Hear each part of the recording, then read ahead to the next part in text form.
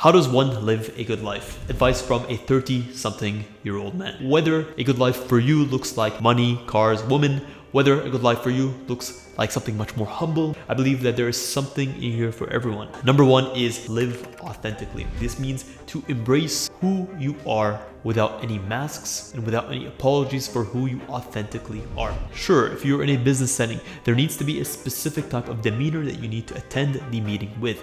But if you're putting a mask on that completely detracts from who you are, what your authentic core heart desires are, you'll never be happy. You'll never live a good life. And how does one become authentic? What are your core values? What do you stand for? What do you want in life? What do you like? What do you not like? Write them down. Most people lack authenticity, not simply because they don't want to be authentic or they're afraid to be authentic. It's because they just don't know what authenticity is when it comes to themselves. Number two is to avoid attachments. And I'm not saying that you should avoid becoming a part of a community, a part of a couple, part of a family. These are beautiful things that should always be done. But an attachment can sometimes be an unhealthy dependence on something that is external to you.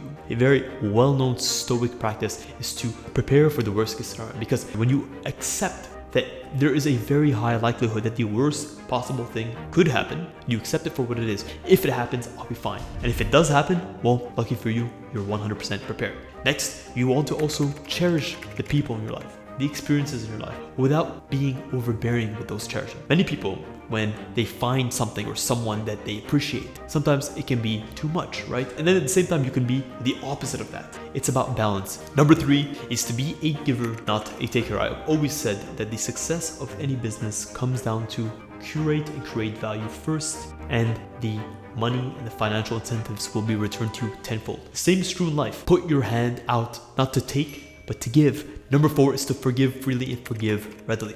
At the end of the day, the longer you hold on to a grudge, the only person that you are harming is yourself. It doesn't mean to allow people to get away with doing injustice. Their intentions are just their intentions. It is what they know. It is how they see it from their side. And it can be so difficult to see it from your side sometimes. To live a good life, you must create a structure. For me, I know for a fact that I need to have structure in my life to prioritize the things that are important. Create a routine because it also removes the stress of having to figure out what comes next. If I wake up in the morning and I know every Monday, Wednesday, and Friday I need to go to box, then that's just something that I do. I prioritize those things and I no longer have to make time for them at the time because it's just already slotted in. Number six, live in the moment. You might think from number five that I tell you to always stick to a routine. And sure, for 95% of your life, for 90% of your life, it may be beneficial to have a routine. But for the other 5%, the other 10%, have fun with it. Try new experiences, go to different places, travel, meet different people, try different food.